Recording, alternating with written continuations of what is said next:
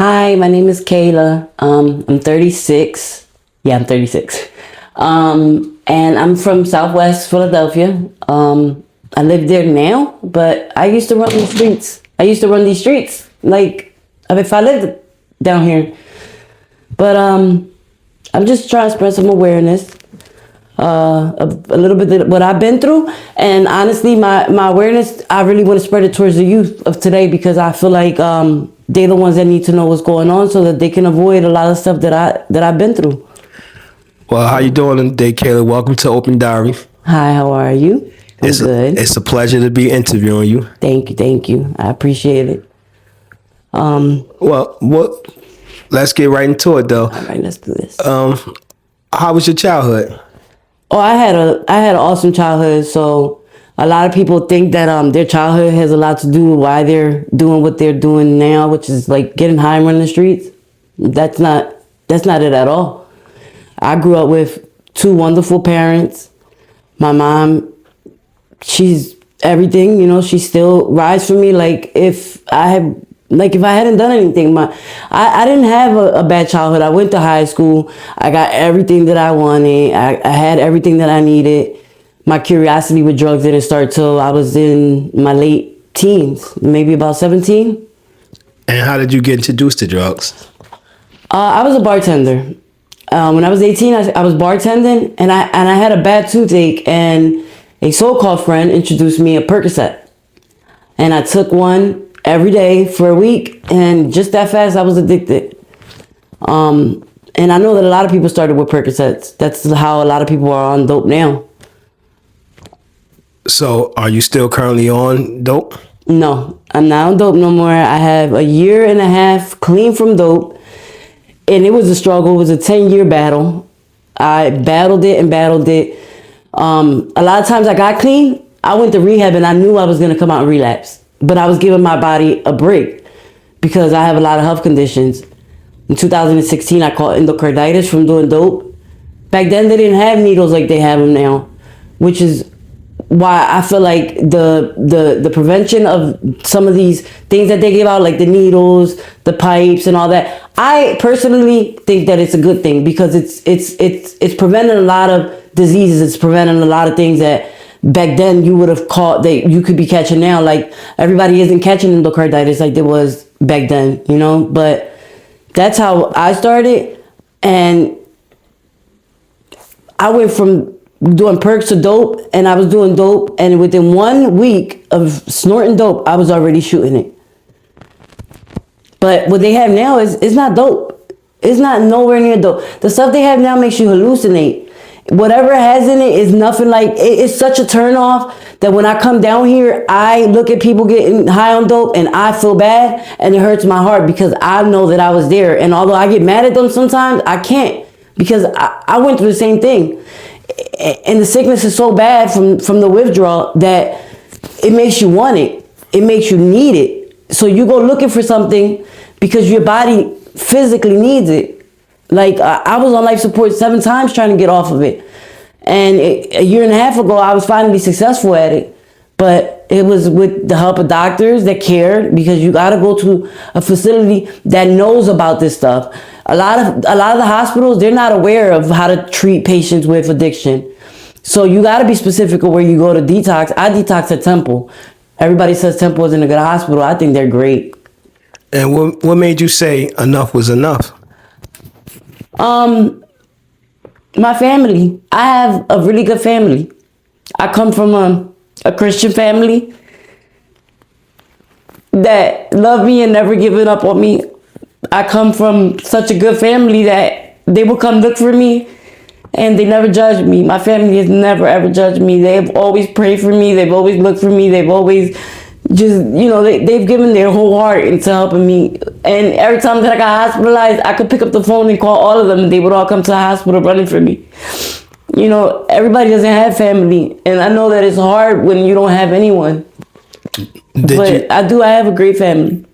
Did you have any bad experiences while you was on it? Oh yeah, I've had many. I've been a victim of rape out here.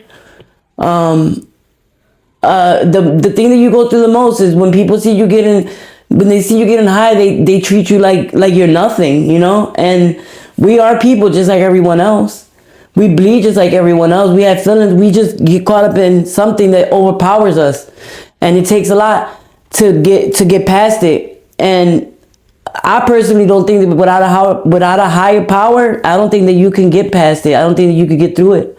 Amen to that. So now, currently, are you still using substance? I use crack cocaine. I don't use every day anymore. I'm currently working with my doctors to try to get off of that. Because like I said, I put my family through so much that even though I thought that I was the one hurting, they were going through more than I was. Yeah, you just have to be careful, and hopefully sooner than later that you decide to come off of that, because you're not afraid that it could lead you back to heroin again? I personally don't think that anything can lead me back to that, but this is it's something that could catch you off guard. I had tested positive for fentanyl 3 times in the last year and a half, which means that the crack cocaine that I was buying had fentanyl in it. And I was able to tell maybe once or twice that it did because of the way it made me feel. But nothing, I've been through some of the most painful things. My husband killed himself 3 months ago. And how did he kill himself? He shot himself up with a lethal shot of heroin. And because that happened, I don't think that anything can make me, relapse on dope. Because if anything was going to make me relapse it would have been that. And how do you support your habit? Well, I used to do a lot of, things on the street that I shouldn't have been doing. But I mean, I try little jobs here and there. Like I do things that I never thought I would. Like I'll clean people's houses. I'll help people out with their animals. Just all types of different things, just so that I don't have to resort to what I did before. Do you have any work skills? Oh yeah, history. I've done all types of jobs. I worked as a nursing aide. I worked as a secretary. I worked as a bartender. I've done a lot of different things. I was waiting till I felt like I was strong enough to not have any habit to work, because I don't think that working with a habit is possible. Do you have any kids? Yes, I do. I have 2. My son is 18 and my little one is 6. I don't have custody of them. My family does. Do you still talk to them, reach out to them? Yes, I do. I talk to them, not as much as I would like.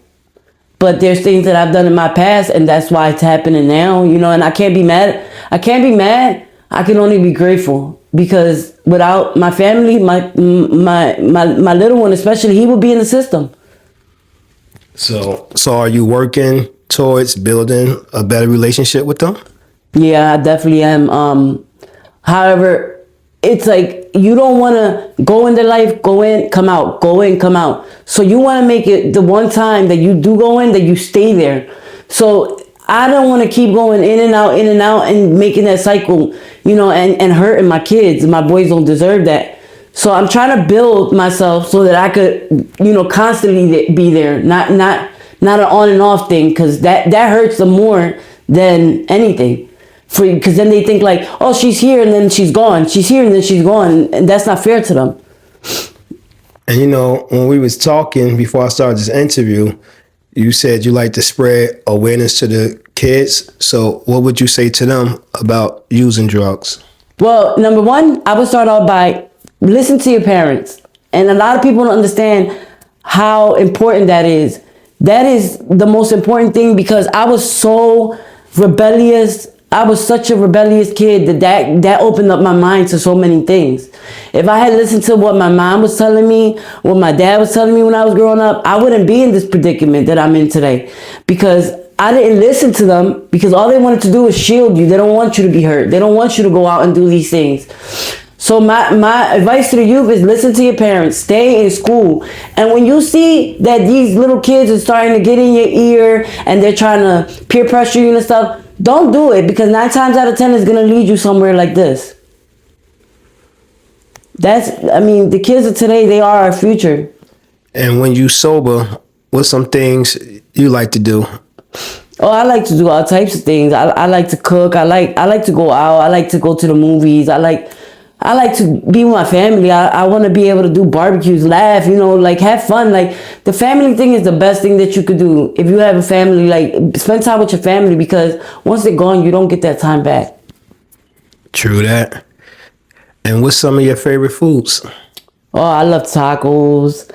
I'm a big eater. I like steak. I may be small, but I'm a fat, skinny girl. I love food. I like everything. And also, you said to me before we started this interview that you was interested in starting your own channel. And why would you want to start a channel? I think that because of I've been into this addiction. I know a lot of the addicts out here. And honestly, I come from a good place. I just want to help. I want to help. I'm not all the way there yet. I'm not all the way clean. But just getting off the dope is one of my biggest accomplishments in the last 10 years. Like I said, I fought in the hospital months and months and months trying to get off. And it was so hard. If I can help one or two people, that's fine with me. I know I can help one or two people live. I want to spread awareness. I want people to know that what's going on in the streets. We are not just addicts. We are not animals. We are people. We go through the same thing y'all go through. We're battling a different substance, a substance that's way stronger than anything out here. These substances are strong. They have a strong hold on us. Okay, so let's root for our sister Kayla when she started her channel. I know we all going to tune into it. Appreciate it so much. So for the people that tends to judge, what would you say to them? It could be one of you. It could be one of your kids. It could be one of your family members. I come from a family of like 90, and I'm the only addict in my whole entire family. But I have a family who doesn't give up. They fight. They fight with me. They fight along. My family, they fight. So if you have somebody in your family that's going through it, know that they are really, really suffering. They're emotionally, physically suffering. They need your help and they need your guidance. They can't be alone. This can't be beat alone. This has to be beat with other people helping you. Wow. I like how she put that said, and in the future, I would like to bring you on my podcast because I know some of the supporters will want to ask you some questions. Would you be willing to do that in the future? Oh yeah, definitely. Anything that spreads awareness, I'm with it. I'm with it all the way. So as y'all see, Kayla, she has a lovely soul, so we all gonna pray for her and we're gonna keep you in our prayers. For the people that's watching this, if they wanted to help you, how can they reach out to you? I have a Facebook. I don't really know the name, but I'll share it with you and maybe you can link it on this feed. Well, y'all heard that. So for the people who's willing to help Kayla, y'all can link it to me, and I will make sure that she surely receives it. And we all gonna keep you in our prayers, Kayla. And I believe it was well said, everything you talked about today. And I thank you. And it was an honor to have you, on screen just to share awareness. And thank you so much, And before we go, I have one more last question to ask you. When you look at yourself in the mirror, what do you see today? I'm starting to see myself again because I lost myself a long time ago. I feel like I was in a maze and I feel like I'm making my way out. I truly do. I couldn't say that a year ago. A year ago, I could tell you that I didn't even want to look in the mirror. But today I could look in the mirror and I could see a different person. I don't even see the old Kayla because that person I don't want to see either. I want to see a new and improved me. So, like I said, sooner or later, you would drop the cocaine and the rock also, right? Yeah, definitely. I'm working towards that. And I commend you on that. And I wish you all the best. And, for everybody that's watching, remember what Kayla said. Don't judge because this could have been any of us and none of us deserve this. And before we go, is there anything you would like to say to the supporters that's watching this? Keep supporting, keep watching. Keep striving to make this a better place and make this a better world. We all deserve another chance. That's well said. So with that, I'm going to end this video And it was a pleasure to having you here with me today, Kayla. Thank you. And, God bless you. Same to you, baby.